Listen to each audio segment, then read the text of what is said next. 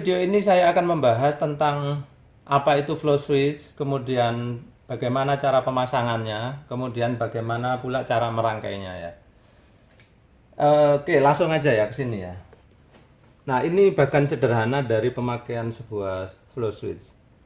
Nah, kalian perhatikan bahwa prinsip dasarnya ya, eh, letak sumber air itu harus lebih tinggi dibandingkan dengan letak penggunaan air. Ya, dalam hal ini keran ya.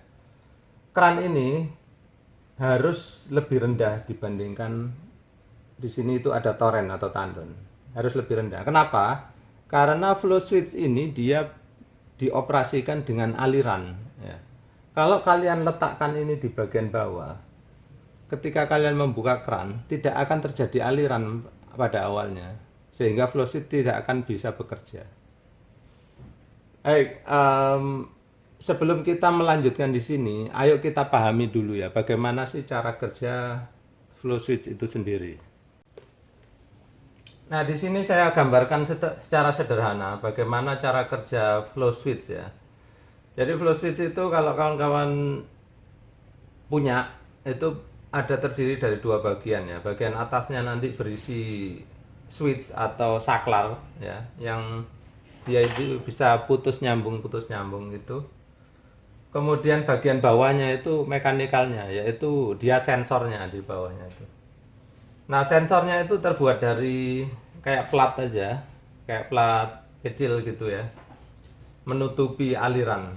Nah, terus plat ini ditahan oleh spring, oleh per gini. Oke, cara kerjanya. Pada kondisi normal, ketika spring ini posisi lurus kayak gini, maka switch atau saklar di sini dia akan terbuka ya. Jadi sirkuitnya atau rangkaiannya terputus gitu, antara kabel 1 dan kabel 2 terputus. Nah, kemudian kalau ini dialiri air ya, dialiri air kecil aja nggak apa-apa kayak gini kan, air mengalir ke sana. Nah, ini dia mulai terdorong oleh air, si apa namanya, ini pelat tadi ini, airnya kan mau ke sana tuh, jadi dia terdorong, kemudian dia akan bergerak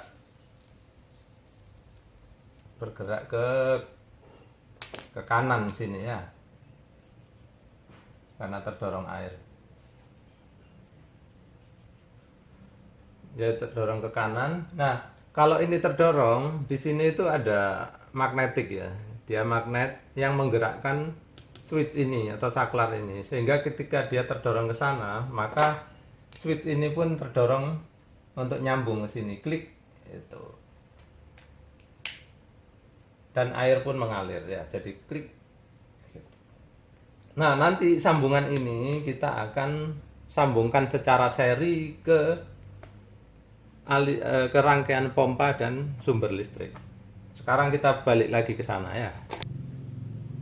Nah, sekarang bagaimana cara pengoperasian ini, kita ulang sedikit lagi. Jadi tadi tandon ada di sana. Nah, ketika kita membuka keran di sini, karena posisi tandon ada di atas ya, maka di sini pun mulai mengalir air ya. Pertamanya pelan, nah, pelan kecil aja. Karena apa? Pompa belum menyala ya, masih mati. Ketika ini mulai mengalir ya, terjadi aliran, flow switch ini terdorong ya. Di dalamnya itu ada plat tadi terdorong ke kanan kayak gini, terus dia menyalakan pompa. Nah, dia dirangkai secara seri seperti ini. Oke. Kalau kawan-kawan bingung, pada awalnya kan pompa itu kalau nggak otomatis dia akan nyambung langsung ke listrik seperti ini kan. Nah, kalau kita pasangin flow switch, tinggal kita putus salah satunya. Biasanya itu apinya ya. Atau kalau orang kelistrikan bilang line gitu, cuman orang awam bilang api. Jadi dengan cara ini, flow switch tadi begitu dia klik gitu ya, dia menyambungkan listrik ini sehingga pompa nyala. Pompa nyala, berputar nyit gitu ya, berputar. Lalu ini yang tadinya hanya mengalir kecil akhirnya mengalir deras gitu ya. Nah, ketika kita selesai menggunakan ini, kita tutup ya. set itu. Begitu kita tutup, air berhenti mengalir. Di sini pun tidak ada aliran lagi, air hanya menggenang. Akhirnya plat ini jatuh jadi lurus lagi. Plat ini jadi lurus lagi, kemudian sirkuit di sini atau rangkaian di sini dia terputus lagi, sehingga aliran listrik ke pompa putus ya, putus, sehingga nggak muter lagi pompanya dan pompa pun mati. Seperti itu. Kemudian kembali lagi ketika dipakai ya seperti tadi ya, berulang-ulang. Nah, sekarang udah paham ya cara pengoperasiannya. Nah, sekarang kita bahas nih apa kelebihan dan kekurangan dari flow switch. Ya. Kelebihan dari flow switch ini kalau menurut teman-teman ya yang di YouTube, kelebihannya itu ketika kita putar, air itu kencang terus, jos gitu. Nggak, istilahnya itu nggak cetak-cetok gitu ya. Kemudian ya itu aja menurut saya ya keunggulannya. Nah, kelemahannya gitu. Kelemahannya flow switch ini tidak bisa dipakai untuk memompa sumur ya. Karena apa? Sumur letaknya ada di bawah sini. Sumber airnya ada di bawah, sehingga apa? Ketika kita buka keran pertama kali tidak akan ada aliran air ya. Kalau nggak ada aliran air, maka flow switch pun tidak bisa bekerja. Nah, itu kelemahan pertama menurut saya. Kemudian kelemahan kedua. Kelemahan kedua, flow switch ini dia tidak bisa merasakan tekanan air di sini ya. Nah, meskipun kita buka hanya keran ini hanya setengah ya, ini sudah membuka atau mengaktifkan flow switch sehingga pompa berputar kencang. Nah, kalau ini kita putar setengah sementara pompa berputar full ya, maka yang terjadi adalah pompa mengejan. Pompa-pompa ini putarannya kayak menjerit gitu. Gitu. Nah, kita ini kalau mendengar pompa seperti itu harusnya ya kasihan gitu ya. Karena berarti pompanya ini kerjanya berat. Karena apa? Dia menyuplai air lebih besar dibandingkan yang dibuang di sini gitu. Sehingga ibaratnya orang itu ngotot lah, udah mendorong terus ditahan dari depan gitu kan. Gambarannya seperti ini sebetulnya ya, kalau kalian tertarik untuk mengetahuinya. Anggaplah pompa ini kemampuannya memompa itu 4 liter per detik. Ya, dia memompa 4 liter per detik kalau nyala. Terus sementara kita buka keran di sini itu keluar misalkan hanya 1 liter per detik. Nah, berarti terjadi kelebihan suplai 3 liter per detik. Kelebihannya itu di mana? Dia nggak lari kemana-mana, akhirnya menekan pipa di sini, menekan pompa itu sendiri, menekan flow switch. Makanya banyak dilaporkan ya, flow switch ini cepat rusak misalkan, atau pompanya sendiri juga cepat rusak. Nah, satu kekurangan lagi dari flow switch adalah daya yang dipakai untuk pompa lebih banyak. Karena apa? Ketika kita buka keran dia akan nyala terus-menerus. Nah, nyala terus-menerus kan artinya mengkonsumsi listrik terus-menerus. Bandingkan dengan kalau kita pakai pressure switch yang normal, yang cetek, cetok, cetek. Kalau ini kan begitu dibuka, nyala terus. Ya, pasti konsumsi listriknya lebih besar. Nah, ini saya baru berasumsi.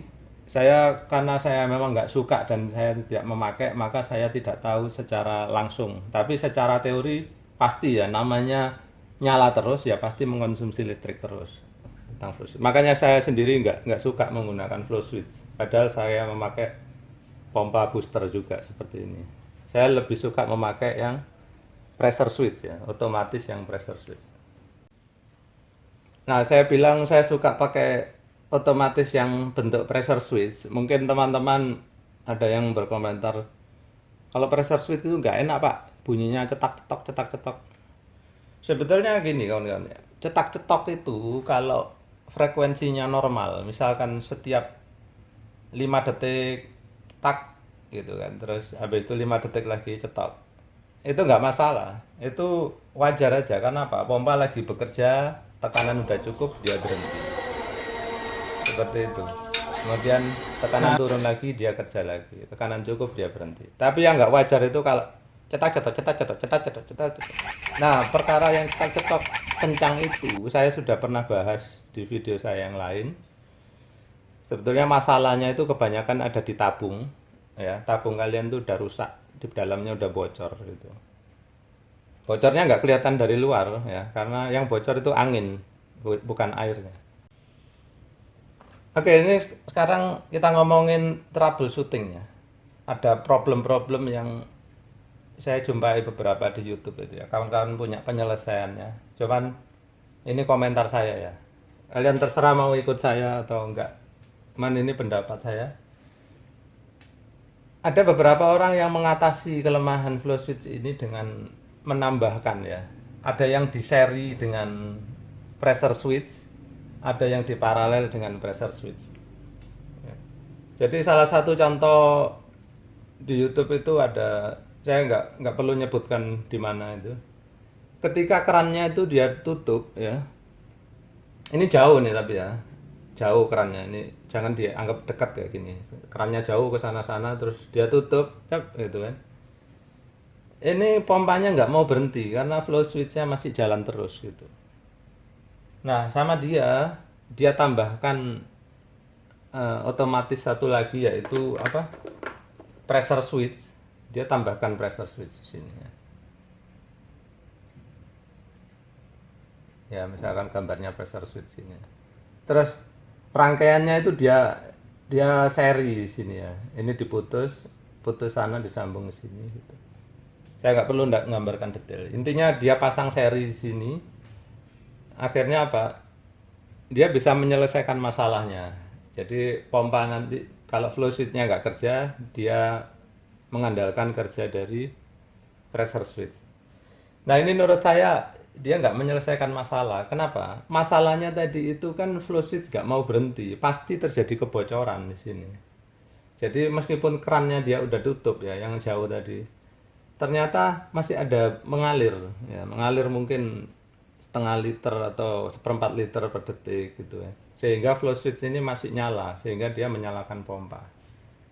Nah, ketika dia menambahkan ini, memang pompa mati, tapi aliran itu masih ada, sehingga dia mungkin kehilangan air entah di mana gitu, ya. Nah, ini contoh-contoh kasus yang menurut saya salah penanganan, ya. Tapi ya udah, kalau dia puas terserah. Kemudian contoh kasus kedua, ini ada kawan itu yang memakai ini flow switch ini untuk memompa air dari sumur, ya.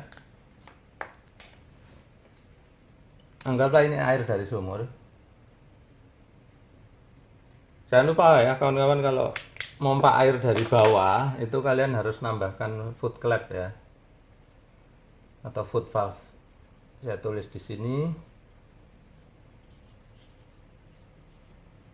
Kalau kalian ingin tahu cara kerja foot valve, nanti kita bahas. Kalian tulis dulu komentar. Kalau enggak, saya anggap kalian ngerti lah foot valve itu atau foot clamp gitu, ya.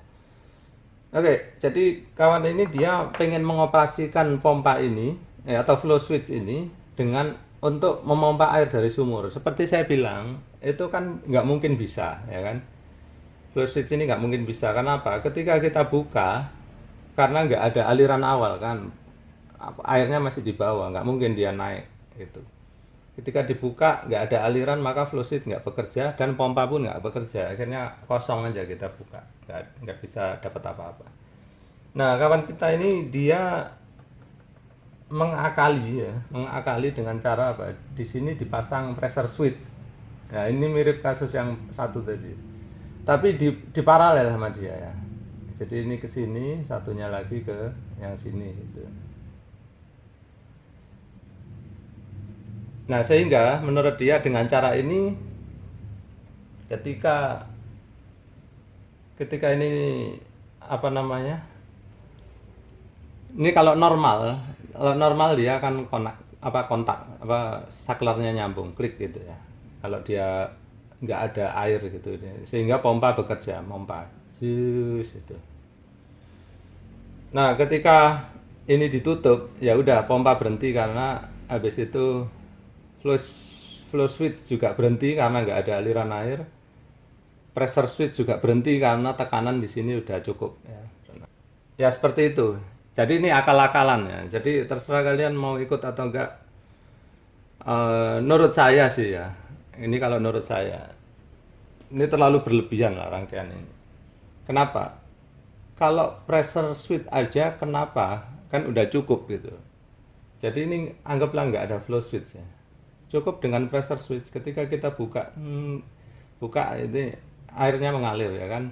Ketika kita tutup maka pressure switch pun akan memutus aliran listrik. Udah beres gitu. Kenapa harus ada flow switch segala gitu. Jadinya double. Udah keluar uang, terus rangkaiannya pun jadi ribet gitu ya. Nah mungkin ada yang mengeluh, oh saya pasang flow switch karena biar nggak cetak-cetak. Nah kembali lagi, cetak-cetak itu bagaimana dulu? Kalau cetak-cetaknya itu 5 detik cetak, 5 detik cetak, itu normal ya, nggak ada masalah. Habis ini coba kita bahas ya, kenapa sih cetak-cetak itu dianggap normal? Nah, saya coba gambarkan ya, diagram untuk memahami bagaimana konsumsi listrik memakai otomatis pressure switch dibandingkan dengan memakai otomatis flow switch. Kemudian nanti ada yang ketiga di sini, ini kalau pakai pressure switch tapi terjadi cetak-cetok yang terlalu cepat tadi. Kita bandingin yang pertama sama yang ketiga dulu ya. Ini kalau pakai pressure switch normal, cara pengoperasiannya kira-kira seperti ini. Ketika kita buka kran gitu ya, maka dia akan terjadi seperti ini. Cetak, mati sebentar. Cetok, air masih ngalir ya. Terus cetak, cetok, mati. Cetak, nyala lagi, mati. Nah, jadi konsumsi daya listrik kita itu ya sebesar ini tadi aja. Ketika cetak, cetak mati, nggak ada konsumsi. Cetek lagi, nggak ada konsumsi. Habis itu cetek, oke seperti itu konsumsi listrik. Sekarang kita bandingkan ya, kita yang pakai flow switch nih. Ingat ya ini yang Y ini adalah ampernya. Ini ampere listrik. Di sini waktu ya. Dan lihat ya kalau pakai flow switch. Kalian buka, tek, pompa nyala, nyala terus karena kalian seneng kan, nggak punya cetak-cetok, enak. Buka terus, habis itu tutup, set, berhenti, tek, gitu. Memang enak didengarnya, mulus gitu ya. Tapi lihat konsumsi listriknya. Selama kalian pakai pompa itu nyala terus, ya udah listriknya kalian makan terus itu listriknya ya. Beda sama ini. Tadi begitu cetok mati, ini cetek nyala lagi mati. Sehingga konsumsi listriknya kira-kira ya setengahnya. Ini 2 kali lipat. Ya bandingkan. Hanya karena orang nggak suka bunyi cetak-cetok, maka orang boros listrik gitu. Nah, saya tahu salah satu alasan kawan-kawan nggak suka pakai pressure switch itu adalah karena ini yang bunyi cetak-cetok cepat ini ya kan. Ini makanya saya gambarkan seperti ini. Cetak-cetok, cetak-cetok, cetak-cetok, cetak-cetok, cetak-cetok. Nah, akhirnya kawan-kawan, aduh kok cetak-cetok kayak gini. Akhirnya pakai flow switch aja lah, enak gitu.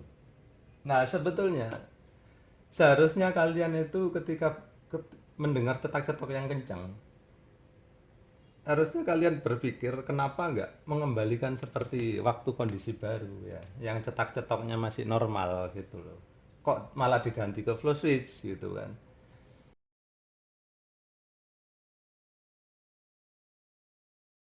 Nah, mungkin orang karena nggak ngerti ya, kok cetak-cetoknya cepet gitu kan, udah diganti otomatisnya pressure switch masih juga cetak-cetok cepet. Nah, padahal masalahnya itu di tabung udara ya kan. Nah, kalau kalian pengen tahu, sudah ada video saya yang tentang tabung udara itu, silakan dicari di channel saya.